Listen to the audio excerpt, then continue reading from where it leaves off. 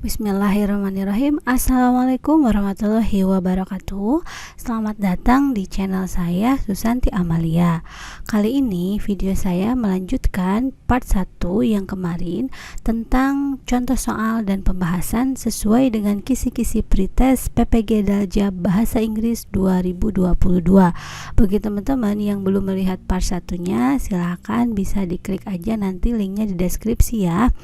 Oke, saya ucapkan terima kasih pada teman-teman yang udah subscribe, like, juga share video saya ini. Oke, tanpa banyak waktu, mari kita mulai pembahasannya. Oke, indikator yang selanjutnya adalah tentang disajikan sebuah konteks, peserta mampu menentukan kalimat berbentuk pasif yang benar. Nah, atau kita kenal dengan passive voice ya, dimana rumus untuk passive voice adalah subject plus be, to be plus verb 3. Nah, apa sih passive voice itu? Jadi, passive voice itu adalah kalimat yang dipasifkan. Jadi, kalimat itu ada dua macam, ada kalimat aktif dan ada kalimat yang pasif. Nah, di sini saya berikan contoh. I go to market to buy apples. Nah, di sini ini adalah contoh tensi simple present. Kenapa? Karena di sini setelah subjek itu verb ke-1 ya. Ini menunjukkan bahwa ini adalah simple present. Nah, ini adalah kalimat yang aktif. Nah, kita akan rubah ke pasif. Bagaimana cara merubah ke pasifnya? Tentukan objek dari kalimat itu. Nah, di sini objeknya adalah apples ya. Nah, apples di sini nanti sebagai subjek di kalimat yang pasif. Jadi seperti ini. Apples are bought by me from market. Nah, apples di sini adalah objek dari kalimat yang aktif. Nah, menjadi subjek pada kalimat yang pasif. Setelah subjek plus itu be, to be-nya. Karena di sini present tense, to be present tense itu adalah are, am, is ya. Nah, karena di sini subjeknya adalah apples, di mana apples ini bentuknya plural atau banyak, maka to be-nya adalah are. Lalu verb 3 bought, dari buy, bought, gitu ya. Nah, by me ya, oleh saya from market. Sebenarnya tanpa keterangan by me itu juga sudah menunjukkan bahwa ini adalah kalimat pasif. Nah, untuk rumusnya, nah di sini contoh yang tadi saya berikan adalah simple present tense, di mana objek menjadi subjek ditambah to be lalu verb 3 ya. Nah, kalau simple past, nah to be-nya itu disesuaikan. Kalau tadi present itu to be-nya am, is, are, kalau simple past itu to be-nya was sama were. Nah, begitupun dengan tenses-tenses yang lainnya. Jadi teman-teman semuanya harus menentukan dulu nih tenses apa yang dari kalimat aktifnya, baru kita bisa menentukan to be untuk kalimat pasifnya. Oke, di sini ada contoh soalnya ya. Untuk nomor 1 itu adalah English bla bla bla in many countries of the world. Nah, di sini ada tensesnya kira-kira apa? English in many countries of the world. Nah, karena ini berupa general, kemungkinannya adalah present tense ya. Lihat juga di sini pilihan jawabannya, is, are atau was, were. Jadi pilihannya antara simple present tense atau simple past tense. Nah, yang mana yang paling cocok? Di sini general artinya pembahasannya itu general, berarti present tense ya. Berarti antara A atau B. Kita lihat subjeknya English. English itu singular atau plural? Singular ya, berarti yang benar adalah is spoken. Nah, seperti itu. Selanjutnya, the oldest house in the USA bla bla bla in 1624.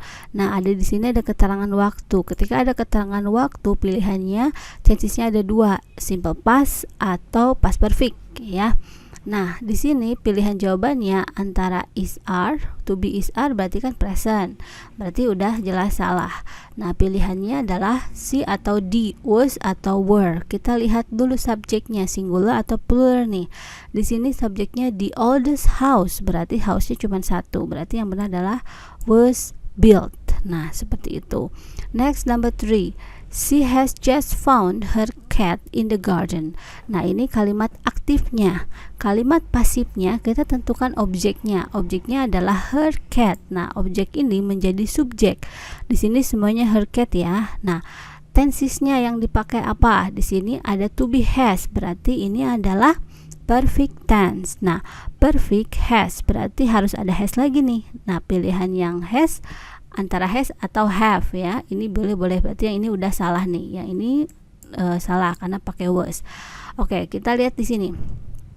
Her cat berarti catnya satu ya, karena nggak ada s-nya di sini, berarti pakai has. Nah, have-nya udah salah, kita eliminasi lagi antara A sama B. Nah, her cat has just found by her in the garden atau her cat just been found by her in the garden. Yang benar adalah yang pakai been, berarti yang ini adalah yang benar. Nah, untuk membedakan passive voice dengan active voice, kalau passive voice di perfect tense itu ada been-nya. Jadi setelah to be itu pakai been ya. Oke, seperti itu. Next, kita lanjut. Soal berikutnya, have you been informed about the exact number of victims of the airplane crash? Yes, bla bla bla to the headquarters of Garuda. Nah, kalau melihat optionnya ini tentang mencari kalimat awal atau passive voice ya, karena di sini pakai verb 3, cuma ini nggak pakai verb 3, berarti ini udah jelas salah ya. Tadi rumusnya adalah subjek plus be. Nah, di sini yang ada subjek itu yang mana? Ada they, ada it, berarti ini udah enggak ya, kita eliminasi lagi. Nah, selanjutnya adalah apakah tensesnya? Tenses nah kita tentukan. Nah, kalau ini perfect tense, kalau ini present tense. Nah, kita lihat di sini have you been. Nah, kalau ada have you been, berarti di sini adalah ini ya. Jadi tensesnya itu sama. Kalau di sini kalau pakai are berarti mah are you been. Nah, gak mungkin are you. Nah, gitu nggak mungkin ya. Nah, di sini yang benar adalah yang D, it has been faxed to the headquarter of Garuda. Karena di sini pertanyaannya adalah have you been informed about the exact number of victim? Apakah kamu sudah diberikan informasi tentang jumlah yang jelasnya tentang korban dari kecelakaan pesawat terbang? Ya, katanya. Itu berarti jumlah numbernya di sini yang jadi subjek. Jadi it di sini adalah the exact number. It has been faxed to the headquarters of Garuda. Nah, seperti itu ya, teman-teman. Kita next ke indikator selanjutnya. Disajikan sebuah teks rumpang, peserta mampu melengkapi teks dengan frasa yang sesuai. Ini tentang frase atau prasa. Prasa itu adalah dua kata yang mempunyai satu arti gitu ya. Nah, di sini ada tiga jenis sesuai dengan fungsinya, adjective, adverb, dan noun phrase. Oke, kita mulai dari adjective phrase. Nah, di sini tujuannya adalah sebagai adjective, atau adjective itu kata sifat ya, yang modifies noun atau pronoun. Jadi melengkapi noun atau pronoun di sini ya. Oke, ini contohnya, the girl in brown frock is my sister. Nah, brown frock di sini adalah adjective phrase. Ini brown frock ini adalah prasenya masuknya kepada adjective phrase. Nah, brown frock di sini atau jubah yang berwarna coklat. Nah, berarti di sini menjelaskan bahwa perempuan yang berjubah coklat itu adalah my sister. Nah, berarti ini modifies pronoun ya, atau the girl, kan di sini the girl ya, perempuan itu gitu, gadis itu. Nah, itu untuk adjective phrase. Sekarang ke adverb phrase. Adverb phrase, adverb itu kan keterangan, berarti frase di sini yang memberikan tujuannya itu memberikan keterangan ya, dan itu it modifies a verb. Jadi cirinya adalah menjelaskan kata kerja. Nah, di sini contohnya, she always drives with care. Nah, ini frasenya with care in a loud voice. Nah, yang dijelaskan adalah ini verb, verb. Nah, seperti itu. Berarti kalau yang dijelaskan adalah verb, itu adalah adverb. Oke. Next ke noun phrase. Nah, Noun phrase di sini sebagai subjek atau sebagai objek dari dari verb gitu ya. Nah, di sini kita lihat I hope to win the first prize. Nah, ini the first prize itu berupa frase yang bentuknya adalah noun atau disebut juga dengan noun phrase. Nah, cirinya noun phrase ini bisa dijadikan subjek. Jadi bisa kalimatnya dirubah the first prize misalkan ya. The first prize misalkan is a car, misalkan seperti itu. Intinya seperti itu. Kalau noun phrase itu bisa menjadikan subjek, bisa dijadikan menjadi subjek seperti itu ya. Nah, itu untuk perbedaannya. Oke, kita lanjut ke contoh soal. Di sini the rose bowl ada koma, lalu ada space untuk diisi.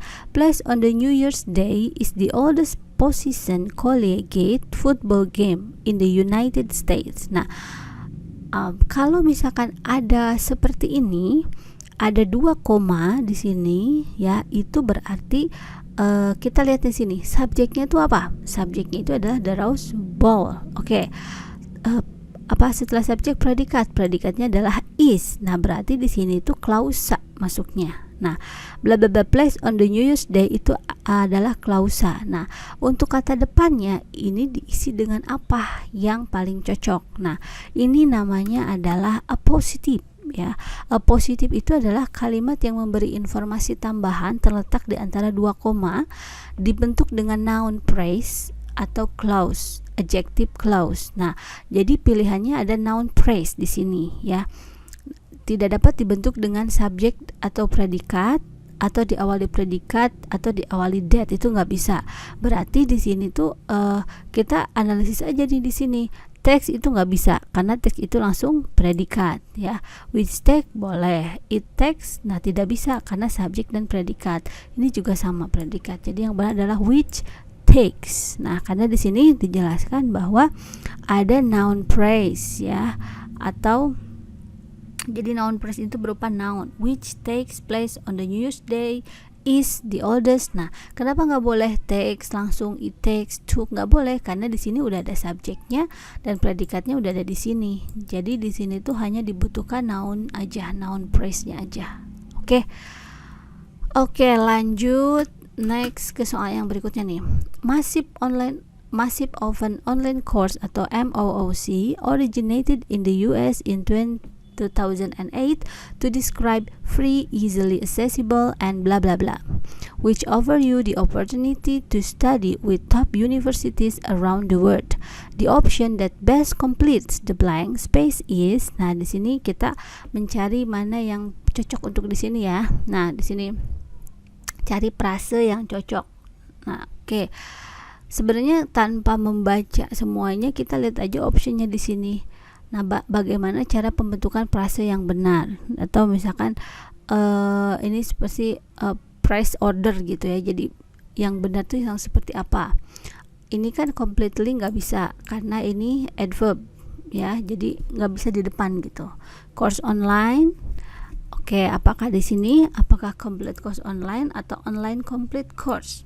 Nah, yang benar adalah complete online courses. Nah, jadi course online bukan course online tapi online course ya. Jadi complete online courses itu yang benar.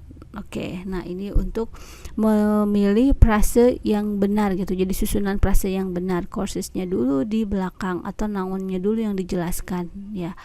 Oke. Indikator selanjutnya, disajikan sebuah teks peserta mampu menentukan lawan kata yang digarisbawahi. Nah, di sini kita langsung aja melihat yang digarisbawahi itu embrace ya. Embrace itu apa sih ya? Kalau embrace itu dalam arti itu kayak memeluk gitu ya, embrace. Nah, berarti cari yang nggak meluk gitu, cari yang nggak meluk. Tapi meluk di sini tuh bukan meluk orang ya. Kita baca aja kalimatnya.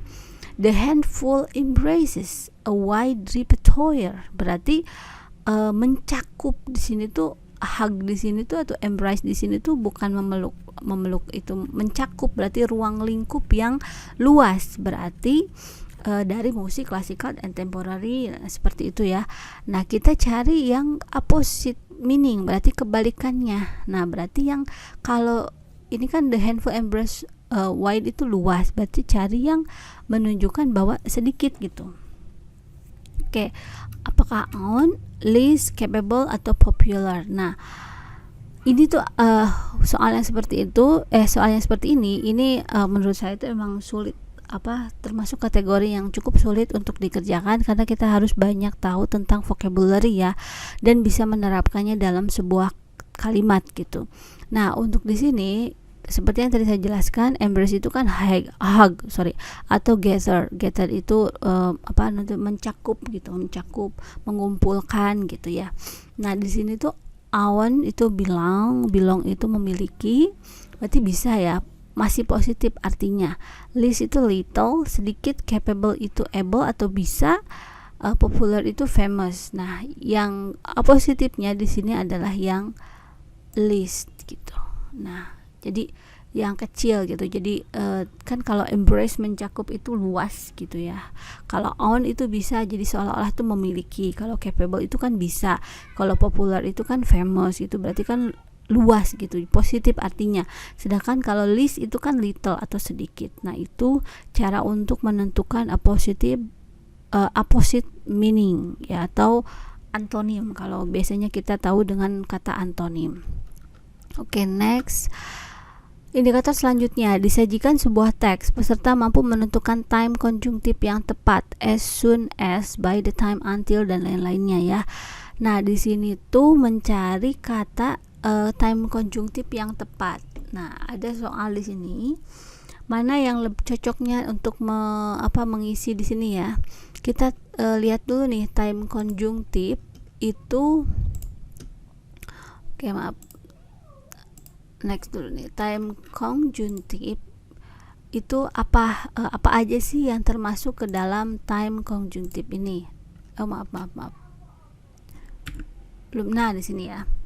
Nah, di sini tuh since, for while, as, by the time, until, till, and soon as. Nah, ini penjelasannya, teman-teman bisa baca aja ya, atau di capture juga boleh, silahkan untuk dipelajari. Nah, di sini tuh since ini menentukan atau time itu sejak ya, biasanya berrelate dengan tahun gitu, ada tahunnya. Since berapa gitu, sejak tahun berapa. Nah, for itu selama, bisa diartikan dengan selama berapa jam gitu, for ya. For di sini artinya bukan untuk.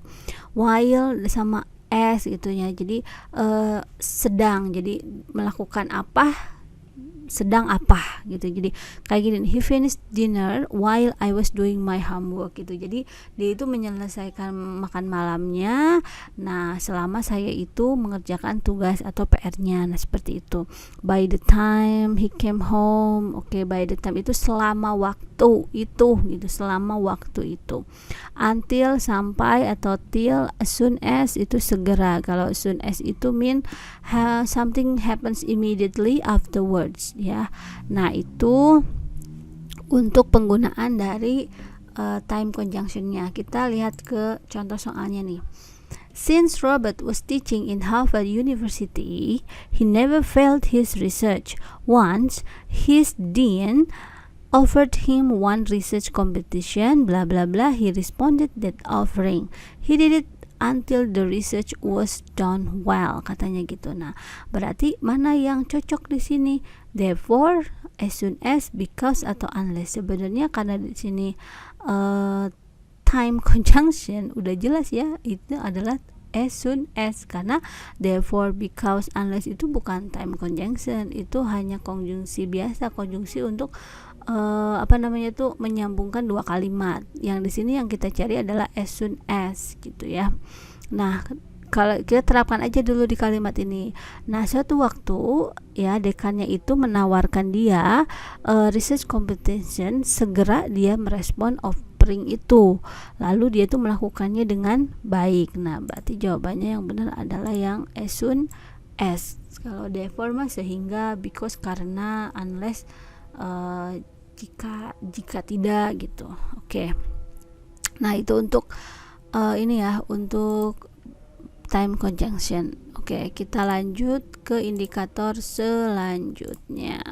Nah, Disajikan sebuah teks, peserta mampu menyampaikan makna menggunakan tata urut unsur ungkapan berbentuk frasa adjektif. Nah, ini sama seperti tadi tentang adjective order ya, adjective order. Jadi bagaimana cara menyusun adjektif yang benar. Dimulai dari ini ada urutannya, teman-teman juga bisa melihat. Pertama quantity number dulu, quality, size, shape, age, color, nationality, lalu materialnya. Nah, di sini sebenarnya tanpa membaca soalnya, kita langsung aja lihat optionnya mana yang benar gitu ya. Nah, yang paling cocok adalah yang mana coba? Kalau melihat ini adjective ordernya harus ada quantity dulu ya. Berarti ada quantity nih, yang ini ada berarti kan satu ini salah. Berarti antara A sama D ya. Berarti pilih a very small atau a enough small. Nah, di sini yang paling benar adalah cukup atau sangat ya. Berarti kita lihat di sini nih. Nah, also berarti ini tentang yang paling benar adalah a very small. Enough itu bukan quality ya. Bukan quality kalau enough itu, tapi keterangan gitu ya. A very, yang benar adalah yang ini, a very small. A very small that are a very small. Nah, seperti itu. Enough small itu kurang ini, bukan nggak cocok untuk dimasukkan ke dalam frase ini. Next, lanjut ke indikator selanjutnya. Disajikan sebuah paragraf tanpa gagasan utama, peserta mampu menentukan gagasan utama yang sesuai. Untuk menentukan gagasan utama, biasanya pertanyaan-pertanyaan yang keluarnya seperti ini ya. Ini tentang reading comprehension sih. What is the topic of the passage? What is the subject of the passage? Yang seperti itu. Nah, di video-video saya sebelumnya banyak tentang reading comprehension, jadi teman-teman tinggal cari aja. Saya membahas banyak tentang reading comprehension ya. Jadi teman-teman bisa cek juga video-video lainnya. Nah, tipsnya adalah baca dari pertama dalam masing-masing paragraf, cari sebuah tema atau gagasan umum dalam baris pertama, lihat sekilas bacaan untuk mengecek apakah Anda benar-benar telah menentukan topik atau main idea, lalu eliminasi keberadaan jawaban-jawaban yang tidak sesuai dan pilih jawaban terbaik dari pilihan yang tersisa. Ini contohnya. Nah, what is the topic? Berarti di sini kita baca dulu pertanyaannya adalah menentukan topik dari paragraf di sini ya. Topiknya tentang apa? Kita lihat dulu paragraf pertama. Biasanya tuh main idea itu ada di kalimat pertama. In the philosophy of John Dewey, a sharp distinction is made between intelligence and reasoning. Nah, berarti ada dua kata nih, intelligent and reasoning. Berarti topiknya harus mencakup ini, ada mencakup ini, intelligent atau reasoning. Kita lihat di pilihan jawabannya, the intelligent aja tidak, the distinction made John Dewey, a sharp distinction it made between. Kita kasih tanda dulu. Dewey's ideas on ability to reason, bukan. How intelligent differs from reasoning in Dewey's work. Nah, di sini ada intelligent, ada reasoning. Nah, mana yang paling cocok? Kita baca sekilas aja kalimat-kalimat pendukungnya. According to Dewey, intelligence is the only absolute way to achieve a balance between realism and idealism, between practicality and wisdom of the intelligent involved interacting with another thing and knowing them, while reasoning is merely the act of an observer, a mind that beholds a grasp object outside the world of thing. Di sini berarti di sini kita udah bisa melihat bahwa di sini menjelaskan perbedaan antara intelligent dan reasoning. Berarti di sini yang paling tepat topiknya adalah how intelligent differs from reasoning ya. Nah, itu caranya. Untuk reading comprehension itu termasuk soal yang paling sulit dalam setiap tes karena udah banyak teksnya dan kita juga harus menyimpulkan. Nah, seperti itu. Jadi tipsnya adalah banyak juga membaca, banyak juga latihan soal-soal yang tentang reading comprehension. Next, sekarang disajikan berbagai teks dalam berbagai bentuk tertulis, peserta mampu menyimpulkan makna tersurat. Nah, Ini sama dengan tadi, masih di reading comprehension, jadi menyimpulkan makna tersurat ya. Nah, di sini berarti kita harus membaca keseluruhannya dan mengambil intinya, seperti itu. Oke. Indicate that Jamestown, berarti di sini tentang Jamestown. Mana yang bahas tentang Jamestown di sini? Oke, di sini ya ada Jamestown. Ada lagi nggak di sini Jamestown? Ada lagi Jamestown di sini. Oke, kita baca yang ada Jamestownnya. Nah, berarti sampai berarti sini ya. Williamsburg is historic city in Virginia that was settled by English colonies in 1633. 26 years after the first permanent English colony in America was settled at Jamestown. Berarti Jamestown itu suatu daerah yang dibangun 26 tahun setelah Williamsburg. Udah di sini jelas.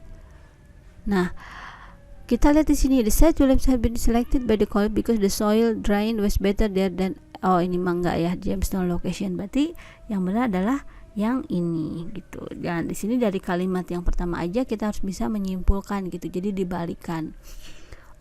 Itu. Next nih, disajikan berbagai teks dalam bentuk tertulis, peserta mampu menganalisa tujuan komunikasi. Nah, di sini ada surat ya, atau catatan, note. Dear Yoga, congratulations on your achievement in making a children's story application. I'm proud of you. Wish you achieve success. Kata si Rania. Nah, tujuan dari teks tersebut untuk apa sih? Berarti ini yang ngirim tuh Rania kepada Yoga. Dia tuh mengucapkan selamat ya tentang congratulations on your achievement dari children story application itu. Jadi dia tuh sangat bangga kepada Yoga ini. Berarti mengekspres to express support, pride, give support, to show appreciation, atau to express happiness. Nah, ini yang paling benar adalah to show appreciation. Jadi si Rania itu mengapresiasi karya dari Yoga ini yang mendapatkan kesuksesan dari membuat aplikasi cerita anak gitu. Nah, ini adalah tujuan komunikasi ya. Kalau ini saya yakin teman-teman juga bisa menentukan untuk yang mana yang paling tepat untuk teks yang seperti ini. Ini levelnya masih mudah kalau yang ini ya. Oke teman-teman, terima kasih atas perhatiannya. Sampai jumpa lagi di video selanjutnya. Masih banyak lagi pembahasan dari kisi-kisi bahasa Inggris. Semoga teman-teman bisa terbantu oleh penjelasan video saya. Jangan lupa untuk di share juga ke teman-teman lainnya supaya manfaatnya tersebar luas. Terima kasih. Wassalamualaikum warahmatullahi wabarakatuh.